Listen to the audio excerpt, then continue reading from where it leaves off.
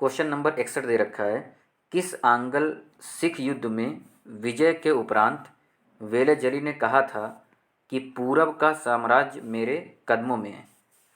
ए प्रथम आंग्ल मैसूर युद्ध, बी द्वितीय आंग्ल मैसूर युद्ध, सी तृतीय आंग्ल मैसूर युद्ध, डी चतुर्थ आंग्ल मैसूर युद्ध। तो इसका आंसर सही हो जाएगा दोस्तों डी पार्ट, चतुर्थ आंग्ल मैसूर युद्ध। ठीक है दोस्तों, नेक्स्ट क्वेश्चन पे चलते हैं।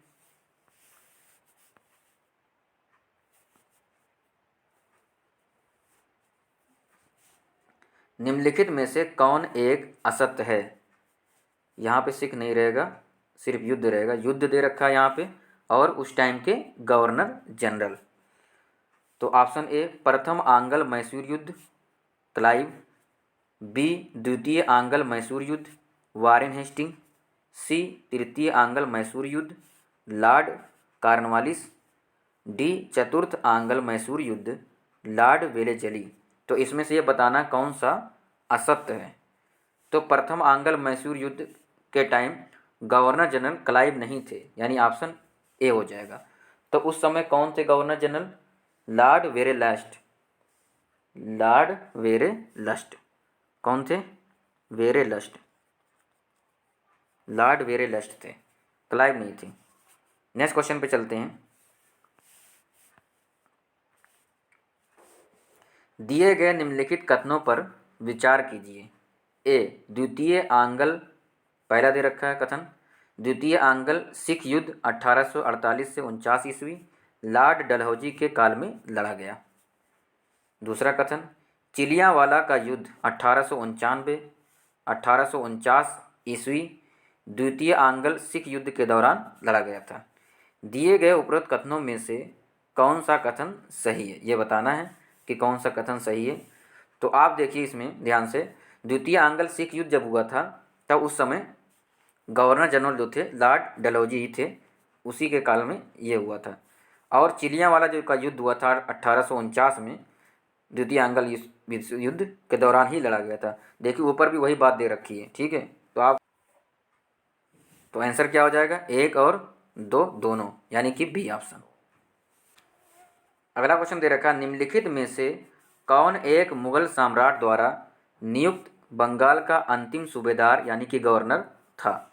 बंगाल मुगल सम्राट द्वारा अंतिम बंगाल का जो था सूबेदार था यानी गवर्नर था, वो कौन था ये पूछा गया है।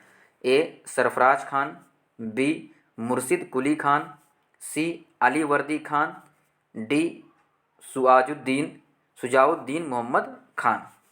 तो इसमें से कौन सा आंसर सही होगा दोस्तों? इसका आंसर हो जाएगा बी पार्ट, मुर्शिद कुली खान।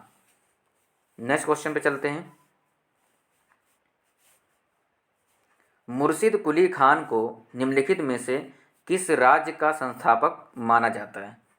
ए अवध, बी मैसूर, सी बंगाल या फिर डी पंजाब। तो मुर्शिद कुली खान कहाँ के नवाब थे? ये बंगाल के थे, है ना। तो बंगाल का इन्होंने क्या कहा जाता है? राज्य का संस्थापक माना जाता है। नेक्स्ट क्वेश्चन पे चलते हैं। बंगाल के किस नवाब ने मराठों को चौथ देना स्वीकार किया था? ए अली वर्दी खां, बी सरफराज, सी सुजाउद्दीन, डी सिराजुद्दौला। तो इसका आंसर हो जाएगा ए अली वर्दी खां, है ना। बंगाल के नवाब अली वर्दी खां ने मराठों को चौथ देना स्वीकार किया था। नेक्स्ट क्वेश्चन पे चलते हैं। मुर्शिद कुली खां, अली वर्दी खान और सिराजुद्दौला कहाँ के नवाब थे? ए लखनऊ, बी वाराणसी, सी हैदराबाद या फिर डी बंगाल। तो इसका आंसर क्या हो जाएगा? डी बंगाल के सारे नवाब थे ये, मुर्शिद कुली खां, अली वर्दी खां और सिराजुद्दौला। नेक्स्ट क्वेश्चन पे चलते हैं।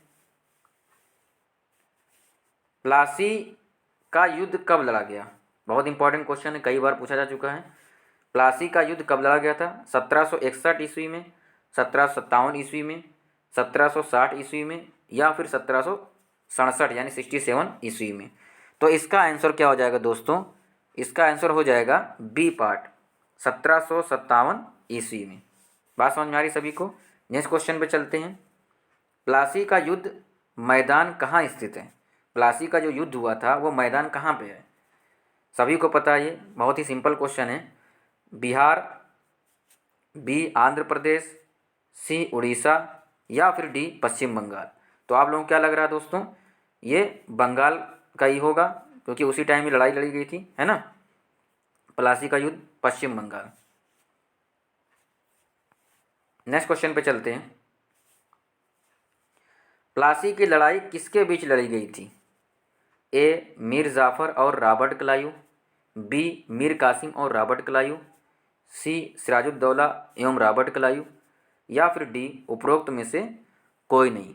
तो इसका आंसर हो जाएगा दोस्तों सी पार्ट, सिराजुद्दौला एवं रॉबर्ट क्लाइव के बीच में प्लासी की जो लड़ाई लड़ी थी दोनों के बीच में लड़ी गई थी। ठीक है दोस्तों, नेक्स्ट क्वेश्चन पे चलते हैं। 1757 ईस्वी में प्लासी के युद्ध में सिराजुद्दौला के साथ किसने विश्वघात किया था? तभी तो प्लासी का युद्ध हारा गया था, क्योंकि इसमें एक आदमी था जिसने विश्वघात कर दिया था, अंग्रेजों से जाके मिल गया था वो। ठीक है, option A Haidar Ali, B Mir Qasim, C Mir Jafar, या फिर डी अवध के नवाब। तो ऐसा कौन विश्वघाती था इसमें? C part Mir Jafar. मीर जाफ़र क्या था? अंग्रेज़ों से जाके मिल गया था, जिसकी वजह से प्लासी का युद्ध हुआ था। नेक्स्ट क्वेश्चन पे चलते हैं। प्लासी के युद्ध के पश्चात भी अंग्रेज़ों ने बंगाल के नवाब के पद को बनाए रखा, क्योंकि ए वे सोचते थे कि यह व्यवस्था अभी तक उनके हितों के साथ है, बी मुस्लिम भावना अनुकूल रखना चाहते थे, सी मीर जाफ़र के तर्क से सहमत थे, डी मुग़ल बादशाह का भय था। तो मुग़ल बादशाह का भय कैसे रहेगा? उन्होंने तो हरा दिया था मुग़लों को, तो ये तो बिल्कुल गलत है, डी ऑप्शन। ठीक है, तो इसमें से कौन सा आंसर सही होगा दोस्तों? ए पार्ट, वे सोचते थे कि यह व्यवस्था अभी तक उनके हितों के साथ है। मतलब वो नवाब बना दिए थे, नवाब पद बनाए रखे थे ताकि उनसे अपना काम निकलवाते रहें और बाकी राज्यों में क्या करें, बाकी राज्यों को भी अपने अधीन करते रहें। तो ये उनकी सोच थी। नेक्स्ट क्वेश्चन पे चलते हैं। निम्नलिखित में से कौन सुमेलित नहीं है? दुर्लभ राय बंगाल नवाब का कोषाध्यक्ष, दूसरा जगत सेठ मुर्शिदाबाद का सेठ, तीसरा मोहम्मद रज़ा खां बिहार का दीवान, या फिर चौथा सिताब राय बंगाल का दीवान। ये कूट दे रखा है, इसमें आपको बताना है कि कौन सा कूट सही है। सम्मिलित नहीं है, इसमें नहीं बताना है ना, ध्यान से, क्वेश्चन बहुत इंपॉर्टेंट है। ए ऑप्शन दे रखा है 1, 2 और 3, यानी चौथा इसमें नहीं है। बी ऑप्शन दे रखा है 2, 3 और 4, यानी पहला इसमें नहीं है। सी में 1 और 2, और डी में 3 और 4। देखिए 3 में मोहम्मद रज़ा खां बिहार का दीवान, ये बात सही है ना, मोहम्मद रज़ा खान ये गलत है, और सिताब राय बंगाल का दीवान ये भी गलत है, यानी ऑप्शन डी सही है। क्योंकि इसमें पूछा क्या है, निम्नलिखित में से कौन सुमेलित नहीं है, तो ये दोनों तीसरा और चौथा क्या है, गलत है। तो ऑप्शन कौन सा सही हो गया? डी।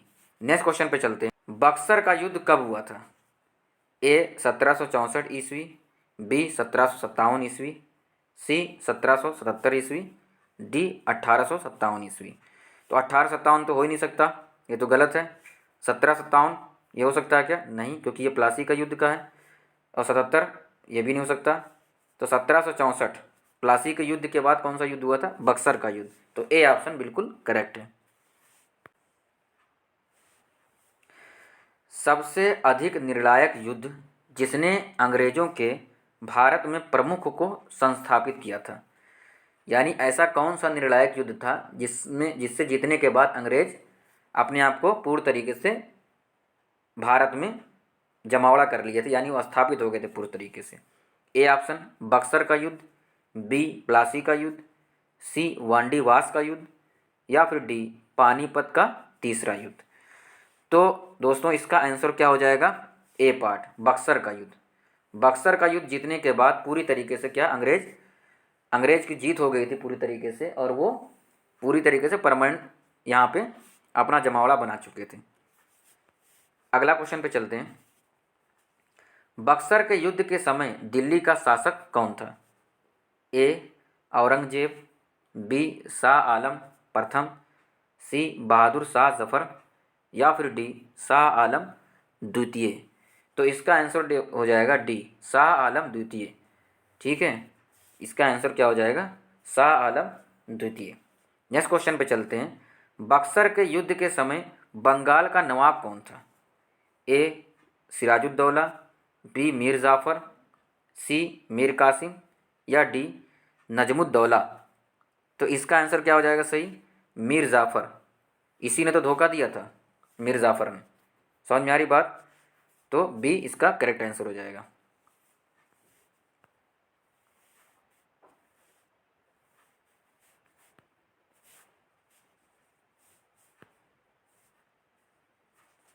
सम्राट शाह आलम द्वितीय ने इलाहाबाद की प्रथम संधि के द्वारा ईस्ट इंडिया कंपनी को बंगाल, बिहार तथा उड़ीसा की दीवान प्रदान की।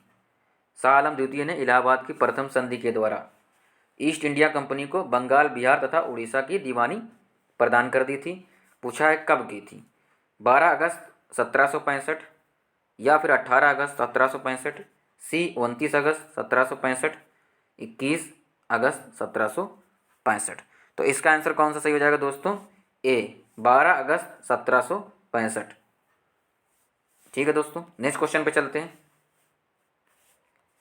इलाहाबाद की संधि के बारे में निम्नलिखित में से कौन सा कथन सही नहीं है? इस पर 1765 ईस्वी में हस्ताक्षर किए गए थे।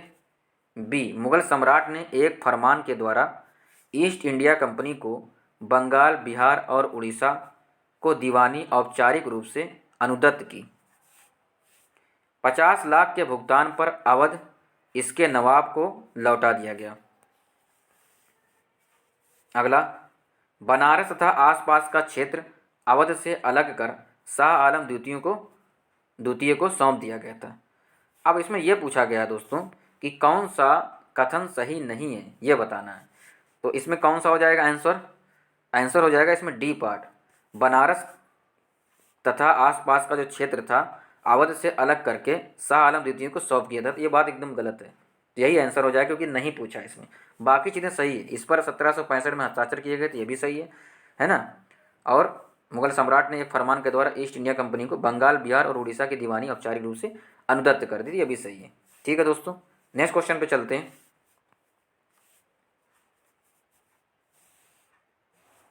इलाहाबाद की संधि के बाद रॉबर्ट क्लाइव ने मुर्शिदाबाद का उप दीवान किसे बनाया? रॉबर्ट क्लाइव ने मुर्शिदाबाद का उप दीवान किसे बनाया? A option Mohammad Raza Khan, B Sitab Rai, C Rai Durlabh, या फिर डी सैयद गुलाम हुसैन। तो इसका आंसर हो जाएगा दोस्तों ए मोहम्मद रज़ा खान। इलाहाबाद की संधि के बाद रॉबर्ट क्लाइव ने मुर्शिदाबाद का उप दीवान बना दिया था, किसको? मोहम्मद रज़ा खान को। तो ये था क्वेश्चन 20, अब कंप्लीट हो चुका है। हम लोग डेली 20 क्वेश्चन पढ़ते हैं, वो कंप्लीट हो चुके हैं। नेक्स्ट 20 क्वेश्चन, अब इसमें नवीन राज्यों का उत्थान जो हम लोग पढ़ रहे थे वो कंप्लीट हो चुका है। अगला टॉपिक क्या रहेगा हम लोगों का, जो 20 क्वेश्चन पढ़ेंगे उसमें टॉपिक रहेगा भारत में यूरोपीय कंपनियों का आगमन। भारत में यूरोपीय कंपनी का आगमन, इसके लगाएंगे डेली 20-20 क्वेश्चन जब तक ये चैप्टर पूरा कंप्लीट नहीं होता था। ठीक है दोस्तों, तो चलिए मिलते हैं फिर नेक्स्ट लेक्चर में। Thank you for watching this video.